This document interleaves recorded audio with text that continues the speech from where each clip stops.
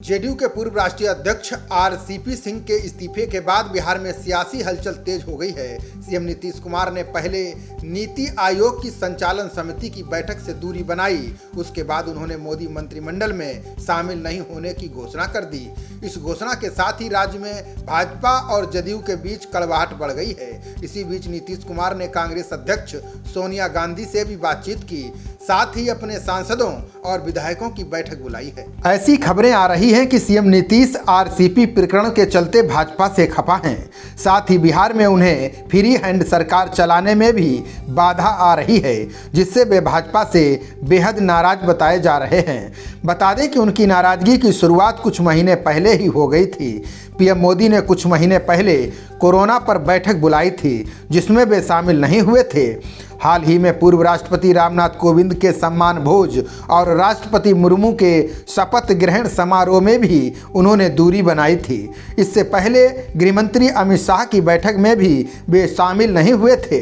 अब आने वाले दिनों में सियासी ऊंट किस करवट बैठेगा, ये तो अभी भविष्य के गर्भ में छिपा है। लेकिन ऐसी खबरें आ रही हैं कि 1 से 2 दिन में जदयू भाजपा के साथ अपना गठबंधन तोड़ सकती है।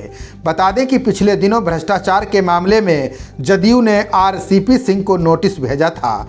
इसके बाद उन्होंने जदयू से इस्तीफा दे दिया है। पार्टी का आरोप है कि आरसीपी सिंह के बहाने भाजपा जदयू में बगावत करना चाहती है।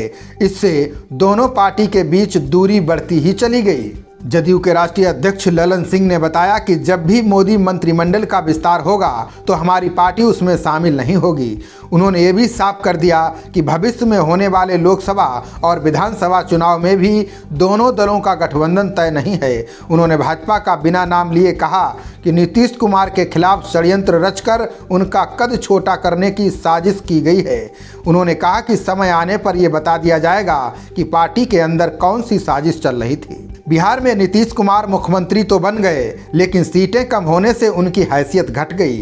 नीतीश मानते हैं कि विधानसभा चुनाव में भाजपा ने पर्दे के पीछे से चिराग पासवान के जरिए जदयू का नुकसान कराया। इसके बाद आरसीपी के जरिए भी कुछ इसी तरह की चाल चली। इसके बावजूद बिहार में नीतीश का अब भी संतुलन बरकरार है।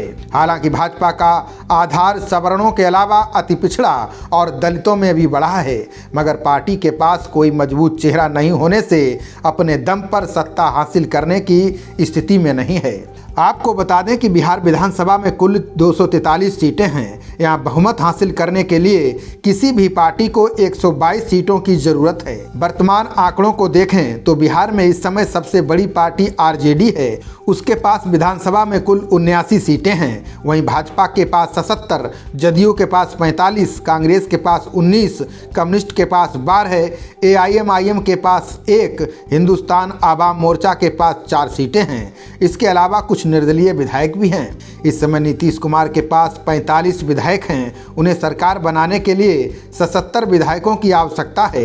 पिछले दिनों आरजेडी और जदयू के बीच बढ़ी नज़दीकियां किसी से छिपी नहीं हैं। ऐसे में अगर दोनों एक साथ मिल जाते हैं तो उनके पास 124 सदस्य हो जाएंगे, जो बहुमत से ज़्यादा हैं। वहीं राजनीतिक गलियारों से ऐसी खबरें आ रही हैं कि इस गठबंधन में कांग्रेस और कम्युनिस्ट पार्टी भी शामिल हो सकती है।